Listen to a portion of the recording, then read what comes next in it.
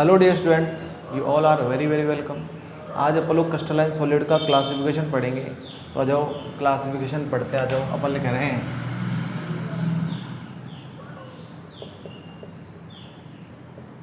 Classification of crystalline solid. ठीक है, on the basis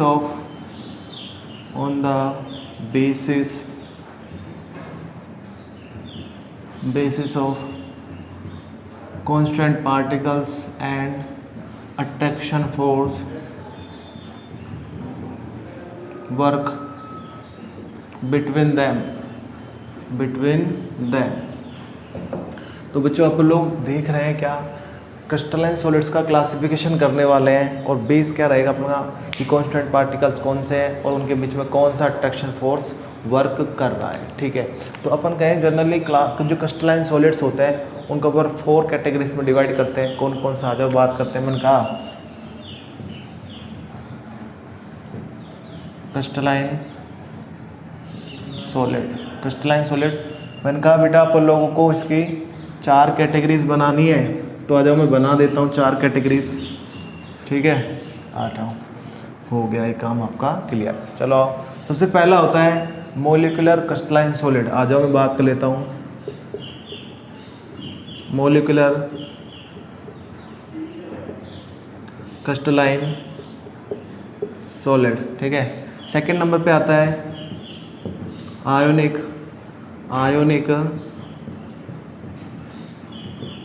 crystalline solid. ठीक है, सेकंड नंबर पे आता, थर्ड नंबर पे आता है आपका कोवलेंट क्रिस्टलाइन सॉलिड।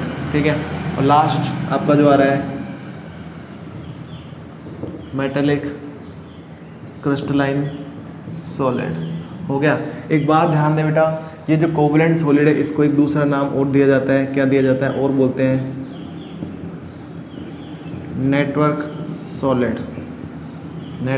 सॉलिड, क्योंकि इनकी जो स्ट्रक्चर होती है नेट लाइक स्ट्रक्चर होती है, इस वजह से इनको क्या बोला जाता है? नेटवर्क सॉलिड भी बोला जाता है। ठीक है, तो अपन ने कहा अपन क्रिस्टलाइन सॉलिड्स का क्लासिफिकेशन पढ़ रहे हैं। बेस क्या रहेगा आपका कि कांस्टेंट पार्टिकल्स कौन है और उनके बीच में अट्रैक्शन फोर्स कौन सा वर्क कर रहा है। ठीक है, तो सारी बातें करेंगे। शॉर्ट सिंपल सा आपको क्लासिफिकेशन मैं यहाँ पे देने वाला हूँ। ध्यान से देखिएगा बेटा, वीडियो को छोड़ के नहीं जाना है आपको। और हाँ, अगर आप लोगों ने चैनल को सब्सक्राइब नहीं किया तो पहले चैनल को जरूर सब्सक्राइब कर ले बेटा। आओ देखते आ जाओ।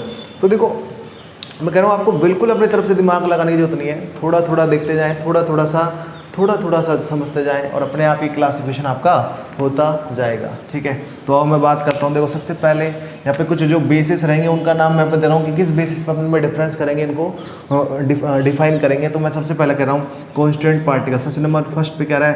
कांस्टेंट पार्टिकल कौन होंगे? Constant particles. तो देखो यहाँ पे नाम से पता चल रहा है क्या, यहाँ पे नाम से पता चल रहा है मोलिकुलर क्रिस्टलाइन सॉलिड। ठीक है, तो मोलिकुलर्स यानी कि यहाँ पे कांस्टेंट पार्टिकल्स कौन होने वाले हैं? मॉलिक्यूल्स होने वाले। तो मैंने आप लिख दिया कि यहाँ पर कांस्टेंट पार्टिकल्स क्या होंगे? मॉलिक्यूल्स होंगे। क्या होंगे? मॉलिक्यूल्स होंगे। ये बात हो गई क्लियर। अच्छा, यहाँ पे देखिए नाम से पता चलेगा आयोनिक क्रिस्टलाइन सॉलिड। तो यहाँ पे कौन होने वाला कांस्टेंट पार्टिकल? आयंस होने वाले। कौन होने वाले हैं? आयंस होने वाले हैं। ठीक है, और आयंस भी कौन कौन से? कैटायन है ना, और एनायन। ये आपके 2 होने वाले हैं। हो गया। चलो ठीक है, आगे की बात करते हैं अपन लोग। आगे क्या अगला बोल रहा है? कोवलेंट क्रिस्टलाइन सॉलिड और नेटवर्क सॉलिड। तो एक बात मुझे बताएं, कोवलेंट बॉन्ड किसके बीच में बनता है? आयंस के बीच में? नहीं। ठीक है, मॉलिक्यूल्स के बीच में? नहीं। कोवलेंट बॉन्ड बनता है न्यूट्रल एटम के बीच में। तो यहाँ पे कांस्टेंट पार्टिकल्स होने वाले हैं कौन? यहाँ पे कांस्टेंट पार्टिकल होंगे आपके एटम। कौन होंगे? एटम्स आपके कांस्टेंट पार्टिकल्स होने वाले हैं। और यहाँ पे नाम से पता चल रहा है आपके कांस्टेंट पार्टिकल कौन होंगे? मेटल एटम, ये कांस्टेंट पार्टिकल होंगे। तो पहला आपने कहा, आप डिफाइन ऐसे भी कर सकते हैं कि मोलिकुलर क्रिस्टलाइन सॉलिड्स में कांस्टेंट पार्टिकल्स क्या होते हैं, मॉलिक्यूल होते हैं, और आयनिक क्रिस्टलाइन सॉलिड्स में कांस्टेंट पार्टिकल्स जो हैं आयंस होते हैं। आयंस में भी कौन कौन हो सकते हैं, कैटायन और एनायन होंगे, ठीक है। और कोवेलेंट सॉलिड की अपन बात करें, कोवेलेंट क्रिस्टलाइन सॉलिड की, तो अपन कह रहे हैं यहाँ पे इनको एक दूसरा नाम भी मिला था, नेटवर्क सॉलिड बोला था, और इसमें एटम कौन होंगे, कांस्टेंट पार्टिकल कौन होंगे, एटम होंगे, और यहाँ पे कांस्टेंट पार्टिकल आने वाले हैं मेटल के एटम, ठीक है। सेकंड बात करें अपन लोग, सेकंड बात करेंगे, सेकंड जो बेस है डिफरेंस का, वो डिफरेंस कैसे करेंगे अपन लोग, तो अट्रैक्शन फोर्स,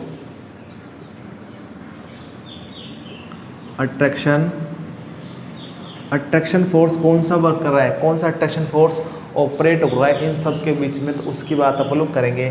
तो आप ध्यान से देखिए, मॉलिक्यूल्स आपस में कैसे जुड़ते हैं, मॉलिक्यूल्स में कोई आयोनिक बॉन्ड वर्क नहीं करता, ठीक है, कोई कोवेलेंट बॉन्ड नहीं करता वर्क। मॉलिक्यूल्स आपस में जब अटैच होते हैं तो उनके बीच में वर्क करता है van der Waals forces, week van der वाल फोर्सेस। तो आप बोलोगे यहाँ पे जो वर्क करने वाला है वो कौन करेगा, week van der Waals attraction forces, ठीक है, इतना काफ़ी है, वीक वान डेर वाल अट्रैक्शन फोर्स, ठीक है।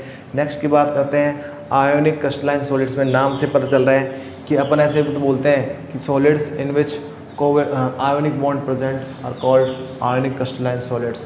तो यहाँ पे नाम से मैंने बोला कि यहाँ पे आयोनिक बॉन्ड मिलेगा, आयोनिक बॉन्ड आपको मिलता है इन आयंस के बीच में, और यहाँ पे तो नाम से पता चल रहा है कौन सा, कोवेलेंट बॉन्ड आपको मिलेगा, और यहाँ पे क्या बोलेंगे, मेटेलिक बॉन्ड हो गया। चलो ठीक है, एक बात मैं आपको बता दूं कि ये तो नाम में पता चल रहा वीक है, ठीक है, और ये सारे क्या होते हैं, स्ट्रॉन्ग बॉन्ड होते हैं। कैसे होते हैं, स्ट्रॉन्ग बॉन्ड होते हैं। तो इसलिए अब अपन बात कर रहे हैं यहाँ पे, मैं अगला पॉइंट मैं आपको देने वाला हूँ मेल्टिंग MP, ठीक है, एंड BP की बात करने वाला हूँ, BP की melting point and boiling points को अपने आप डिस्कस करेंगे। तो एक बात ध्यान रख ले कि जिनमें कांस्टेंट पार्टिकल्स के बीच में वीक अट्रैक्शन फोर्स ऑपरेट होता है उनके मेल्टिंग बॉइलिंग पॉइंट लो रह जाते हैं, ठीक है, और जिनमें अट्रैक्शन फोर्स हाई होता है तो उनके मेल्टिंग बॉइलिंग पॉइंट क्या हो जाते हैं, हाई होते हैं। तो अपन एक बार वापस से ये बात और कर दे कि मेल्टिंग पॉइंट तो क्या होता है, बॉइलिंग पॉइंट क्या होता है। तो अपन बोले कि वो टेम्परेचर, वो लोवेस्ट टेम्परेचर जिस पे कोई भी सॉलिड है मेल्ट होना स्टार्ट कर देता है, उसका क्या होता है, मेल्टिंग पॉइंट होता है। ठीक इसी प्रकार से अपन बात करें कि वो टेम्परेचर जिस पे कोई लिक्विड बॉयल होना शुरू कर दे, वो उसका क्या होगा, बॉइलिंग पॉइंट होगा, ठीक है। तो आज अपन बात करें यहाँ पे, सबसे पहले अपन बात करें मोलिकुलर क्रिस्टलाइन सॉलिड्स का कि भाई मेल्टिंग पॉइंट और बॉइलिंग पॉइंट क्या होंगे। तो अपन बोले वीक है तो बोलेंगे लो होंगे, कितने कैसे होंगे, लो, कैसे होंगे, लो होंगे इनके मेल्टिंग बॉइलिंग पॉइंट।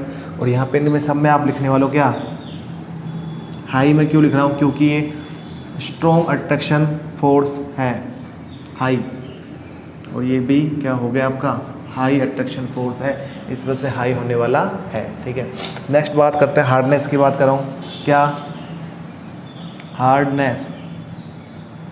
हार्डनेस को लेकर के बात करें तो एक बात ये क्लियर करें कि जिन सॉलिड्स में कांस्टेंट पार्टिकल्स के बीच में वीक अट्रैक्शन फोर्स ऑपरेट हो रहा है वो सारे सॉफ्ट होते हैं, और जिनमें स्ट्रॉन्ग अट्रैक्शन फोर्स ऑपरेट हो रहा है वो सारे क्या होंगे, वो सारे के सारे हार्ड होंगे। कैसे होंगे, हार्ड होंगे। अब कुछ एक्स्ट्रा प्रॉपर्टीज़ भी इनमें आ जाती है, तो उनकी बात अपन लोग कर रहे हैं। तो देखो एक बार आ जाओ यहाँ पे, तो मैं बोलूँगा मोलिकुलर क्रिस्टलाइन सॉलिड्स में वीक अट्रैक्शन फोर्स ऑपरेट होता है, इसलिए अपन बोलेंगे सॉफ्ट होते हैं। कैसे होते हैं, सॉफ्ट होते हैं। अब यहाँ पे आयोनिक की बात कर रहे हैं, ionic strong attraction force work कर रहा है और वो भी बहुत ज़्यादा, तो इसमें एक हार्ड तो अपन कहेंगे, साथ में बोलेंगे ब्रिटल होते हैं। तो मैंने बोला हार्ड एंड ब्रिटल, ठीक है। तो हार्ड तो समझ गए भाई, हार्ड होगा वो। ब्रिटल क्या होता है, ब्रिटल एक ऐसी प्रॉपर्टी जिसमें अपन जो आयोनिक क्रिस्टलाइन सॉलिड होता है उस पर अगर अपन हैमर से मारे उसको बीट करें हैमर से अपन उसको बीट करेंगे तो उसके छोटे छोटे पीसेस में वो कन्वर्ट हो जाता है, छोटे छोटे पीसेस में कन्वर्ट हो रहा है, छोटे छोटे टुकड़ों में बदल रहा है, तो वो प्रॉपर्टी क्या कहलाएगी, ब्रिटलनेस वाली कहलाएगी। तो अपन बोला आयोनिक क्रिस्टलाइन सॉलिड हार्ड होते हैं और ब्रिटल होते हैं, तो ये अपन ने बात कह दी है। उसके बाद अपन बात करते हैं कोवलेंट की। तो कोवलेंट देखो सबसे ज़्यादा strong attraction force ionic bond होता है, उसके बाद सेकंड नंबर पे आ जाता है ये। तो अपन यहाँ पे क्या करें, इनमें केवल अपन बोलते हैं हार्ड, क्या बोलते हैं, हार्ड, ठीक है। यहाँ पे एक एक्सेप्ट है और एक्सेप्ट कौन है, ग्रेफाइट क्या पे एक्सेप्ट है। ये क्या होता है, सॉफ्ट होता है, कैसा होता है, सॉफ्ट होता है, ठीक है, इसलिए ये एक्सेप्ट आ गया। और उसके बाद यहाँ पे बोलते हैं ये इनमें एक्स्ट्रा प्रॉपर्टी क्या आती है, ये हार्ड भी होते हैं। दूसरी बात मैलिएबल हो गया, ठीक है। और एक प्रॉपर्टी और आई, बोला अपन लोगों ने डक्टाइल, यानी कि अपन बोला हार्ड है, मैलिएबल है, यानी कि इनको तार जैसा ड्रॉ कर सकते हैं अपन लोग, और प्लेन शीट में डक्टाइल मतलब प्लेन शीट में अपन इसको ड्रॉ कर सकते हैं। ये एक्स्ट्रा प्रॉपर्टीज इनकी होती है, तो थोड़ा ध्यान रखें आप लोग। एक अगला जो प्रॉपर्टी आ रहा है आपका, अगला प्रॉपर्टी कौन सा आ रहा है, तो अपन बोलेंगे इलेक्ट्रिक कंडक्टिविटी। क्या बोलेंगे आप बोलो, इलेक्ट्रिक कंडक्टिविटी। तो आप बोल रहे हो कि अगर कोई इलेक्ट्रिक कंडक्टर है, वही इलेक्ट्रिसिटी को फ्लो होने दे रहा है, तो अपन बोलेंगे कि ये इलेक्ट्रिक कंडक्टर है, नहीं तो क्या बोलेंगे, नॉन कंडक्टर इंसुलेटर है, ठीक है। तो अपन एक बात यहाँ पे कर दें क्लियर कि इलेक्ट्रिसिटी फ्लो होने के लिए भाई नेसेसरी रिक्वायरमेंट क्या है, इलेक्ट्रिसिटी फ्लो होने के लिए नेसेसरी रिक्वायरमेंट है कि कोई चार्ज पार्टिकल मूवमेंट करे। अब बिल्कुल सही, चार्ज पार्टिकल आपके पास 2-3 है, कैटायन एनायन, ये मूवमेंट करेंगे तो इलेक्ट्रिसिटी फ्लो होगी, या फिर इलेक्ट्रॉन्स का फ्लो होगा तो इलेक्ट्रिसिटी फ्लो होगी। तो यहाँ पे बात करें मॉलिक्यूलर क्रिस्टलाइन सॉलिड में कोई भी इलेक्ट्रॉन फ्री नहीं होता, कोई भी आयन नहीं होता, इसलिए क्या होता है, इंसुलेटर होता है, नॉन कंडक्टर होता है। क्या होता है, non conductor. But small amount of impurity में अगर प्रेजेंट है तो अपन बोलेंगे क्या हो जाएंगे, स्मॉल कंडक्टिविटी को शो करने लग जाएंगे या वीक कंडक्टर हो जाएंगे। तो अपन बोलेंगे, अपन यहाँ पे बोल रहे हैं, क्या बोल रहे हैं, इंसुलेटर बोला अपन लोगों ने, और नॉन कंडक्टर, और अपन ने बोला but weak conductor in presence of small amount of impurity, small amount of impurity. बोला पर लोगों ने इंसुलेटर होते हैं बट वीक कंडक्टर हो जाते हैं कब, जब इनमें स्मॉल अमाउंट ऑफ इम्प्योरिटी का प्रेजेंट हो, ठीक है। और आयोनिक क्रिस्टलाइन सॉलिड्स के लिए देखो 2 बातें कही जाती है, यहाँ पे ये इंपॉर्टेंट हो जाता है। इंपॉर्टेंट किस लिए हो जाता है, तो अपन यहाँ पे बात करते हैं क्या, आयोनिक क्रिस्टलाइन सॉलिड्स के लिए कहा जाता है कि सॉलिड स्टेट में इंसुलेटर होते हैं, बट फ्यूज स्टेट में, मोल्टन स्टेट में क्या होते हैं, कंडक्टर होते हैं। तो अपन ने बोला क्या, insulator in solid state but conductor, good conductor बोलो, गुड कंडक्टर इन फ्यूज्ड और मोल्टन स्टेट। समझ आया। अपन ने बोला कि इंसुलेटर होते हैं सॉलिड स्टेट में, बट फ्यूज्ड और मोल्टन स्टेट में, सॉल्यूशन स्टेट में क्या होते हैं, गुड कंडक्टर होते हैं। तो आपको इसका रीजन मैं आपको बता दूं, रीजन इसका सिंपल सा ये है कि सॉलिड स्टेट में आयंस एक दूसरे से टाइटली बॉन्डेड होते हैं, बंधे हुए होते हैं, इसलिए क्या होता है, इनकी फ्री मूवमेंट पॉसिबल नहीं हो पाती है, नहीं होने के कारण क्या हो जाता है, इंसुलेटर हो जाते हैं। बट अपन बात करें फ्यूज स्टेट, जब इसकी बनाते हैं फ्यूज स्टेट, तो उसमें क्या आयंस फ्री हो जाते हैं, फ्री मूवमेंट पॉसिबल होती है, तो उस वजह से ये क्या हो जाते हैं, मोल्टन स्टेट में कंडक्टर की तरह बिहेव करते हैं। और यहाँ पे वापस से इनके लिए बोलते हैं कि ये इंसुलेटर होते हैं। क्या होते हैं, इंसुलेटर, क्या होते हैं, इंसुलेटर होते हैं, ठीक है। क्यों बोला जा रहा है, क्योंकि ना तो यहाँ पे आयन होते हैं, ना यहाँ पे फ्री इलेक्ट्रॉन होते हैं, और इसलिए क्या हो जाता है, इंसुलेटर। और यहाँ पे वापस से एक्सेप्ट यहाँ पे जो आता है वो ग्रेफाइट का होता है, एक्सेप्ट यही है। और यहाँ पे बोलेंगे गुड कंडक्टर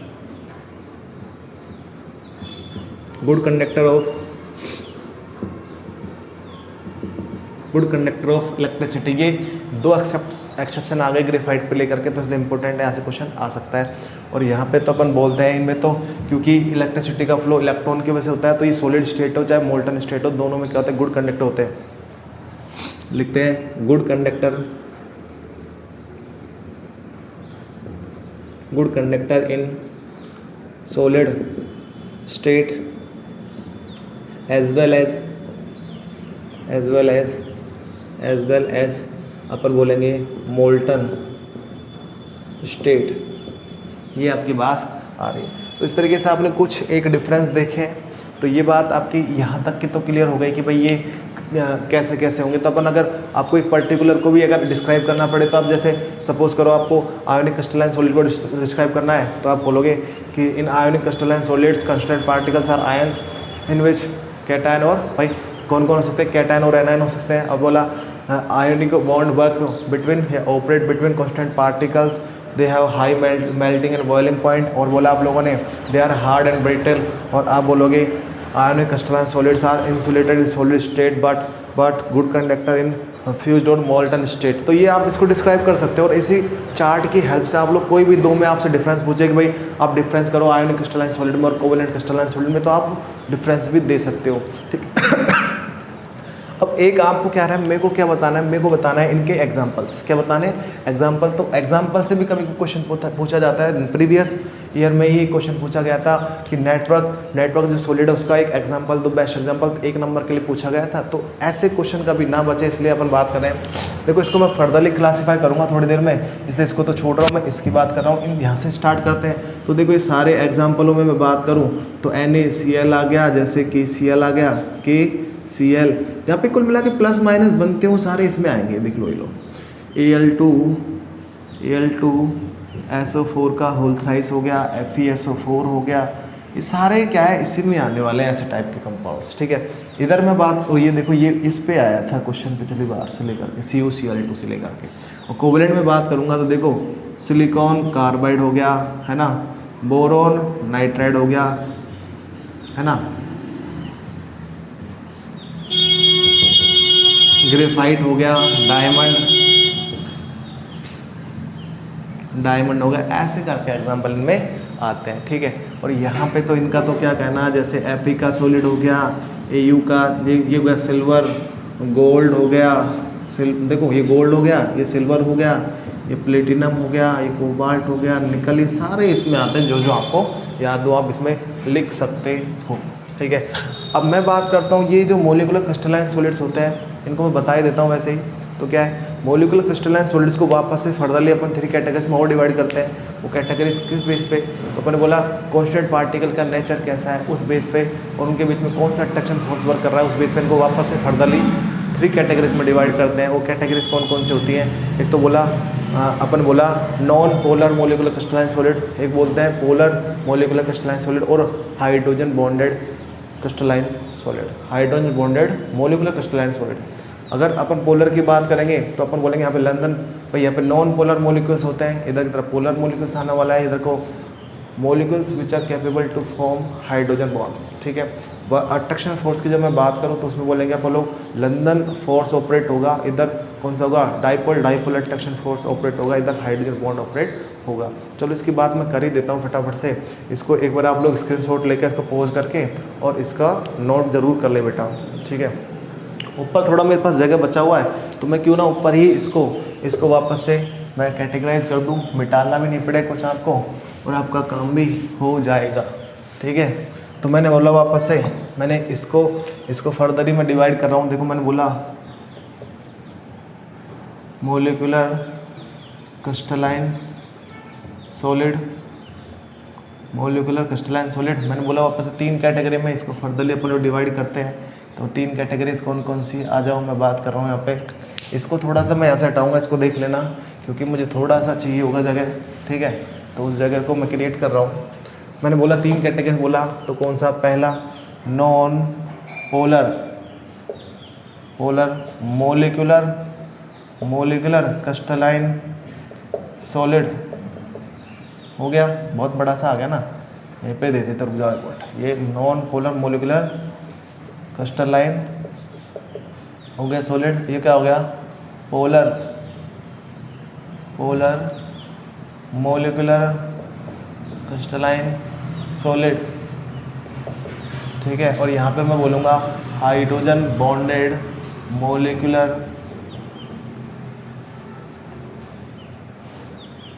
क्रिस्टलाइन सॉलिड, हो गया।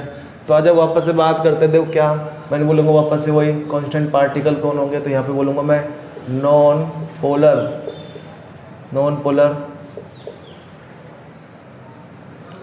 मॉलिक्यूल्स। यहाँ पे क्या होंगे, पोलर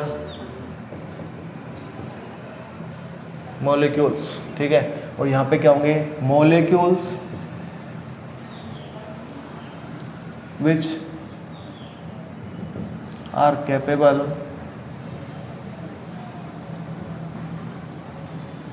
to formed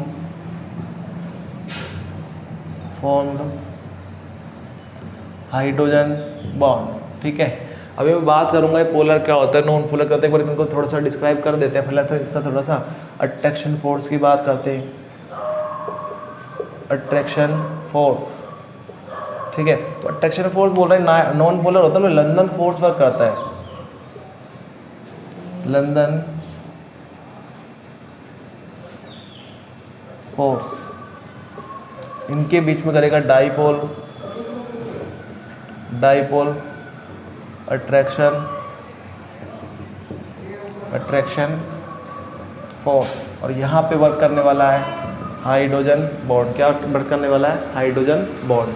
और एग्जाम्पलों की जब इनकी बात करूँ तो यहाँ पे आप नॉन पोलर में आप कुछ भी ले सकते हो, जैसे कि CO2 आ गया आपका, ठीक है, Cl4 आ गया, हीलियम आ गया, नियोन आ गया, N2F2, ऐसे Cl2, ऐसे टाइप के एग्जाम्पल यहाँ पे आने वाले हैं। और यहाँ पे आप देखोगे पोलर में तो HBr आ गया, HI आ गया, ठीक है, और जैसे कि HCl आ गया, है ना, CHCl3 आ गया टाइप की, SO2 आ गया जैसे कि। और यहाँ पे तो आप लोग देख पा रहे हो, जैसे कि मैं बोल रहा हूँ यहाँ पे जो एग्जांपल आने वाले हैं वो क्या आने वाले हैं, HF आ गया, H2O आ गया, NH3 आ गया, ROH आ गया, ऐसे करके। कुछ बच्चों को यहाँ पे थोड़ा दिक्कत हो सकता है, सर पोलर मॉलिक्यूल क्या होते हैं, नॉन पोलर मॉलिक्यूल क्या होते हैं। तो देखो नॉन पोलर को समझाता हूँ पहले। जैसे ये इस पर एक बार थोड़ा सा कंसिडर करना कि Cl2 को मैं ऐसे बता सकता हूँ, क्या Cl2 का जो मॉलिक्यूल इसको ऐसे बता सकता हूँ, इसमें क्या बॉन्ड पेयर ऑफ इलेक्ट्रॉन है। अब इन दोनों में से इलेक्ट्रोनेगेटिविटी किसकी ज़्यादा बताओ, आपको सर दोनों की सेम है। अगर इलेक्ट्रोनेगेटिव का मीन्स क्या है कि बॉन्ड पेयर ऑफ इलेक्ट्रॉन को अपनी ओर अट्रैक्ट करने की कैपेसिटी वो है कि आपकी इलेक्ट्रोनेगेटिविटी है, ठीक है। तो आपको दोनों की सेम है, तो ये जितनी पावर से ये अपनी ओर इलेक्ट्रॉन खींचेगा, उतनी पावर से अपनी ओर इलेक्ट्रॉन खींचेगा, तो कुल मिलाकर रिजल्ट रहेगा ये बिल्कुल बीच में रहेगा आपका। इस वजह से आप कोई से भी एंड पे ना तो यहाँ का भी प्लस दे सकते हैं, ना यहाँ कुछ नहीं रहता, तो ये नॉन पोलर, कोई इसमें पोल नहीं बने, प्लस माइनस पोल नहीं बने, तो इसलिए बोला गया नॉन पोलर मॉलिक्यूल ऐसे मॉलिक्यूल्स को, ठीक है। और एक इस पर कंसिडर करो एक बार थोड़ा सा इसको देखो, जैसे ये है तो यहाँ पे बताओ इलेक्ट्रोनेगेटिविटी किससे ज़्यादा है, Cl की। तो ये lone pair of electron, bond pair of electron इधर खिंच के चल जाता है, तो इसमें पार्शली नेगेटिव चार्ज आता है, इस पर कौन सा आ जाता है, पार्शली पॉजिटिव। तो ये मॉलिक्यूल और इसको कंपेयर कर लो, ये नॉन पोलर होता है और ये कैसा होता है, पोलर मॉलिक्यूल्स होता है। और ऐसे मॉलिक्यूल्स के पास में जब दूसरा मॉलिक्यूल लेके आते हैं तो यहाँ पे इनका एक ऐसे तरीके से रेंज होता है, इसका प्लस इसका माइनस, और यहाँ पे अट्रैक्शन फोर्स वर्क करेगा, उसको बोलेंगे डाइपोल अट्रैक्शन फोर्स। और ऐसे मॉलिक्यूल्स के बीच में लंदन फोर्स ऑपरेट होता है। लंदन फोर्स में से मान लो आप लोग कि जैसे ये न्यूक्लियस है, इसकी बाह्यतम कोई एक्सटर्नल सेल है, एक्सटर्नल सेल का इलेक्ट्रॉन है, ठीक है, एक्सटर्नल सेल का इलेक्ट्रॉन है। तो क्या ये न्यूक्लियस इसकी अटैक करने की कैपेसिटी केवल यहीं तक है कि यहाँ तक ही बताओ, अभी थोड़ी आगे तक होगी बताओ।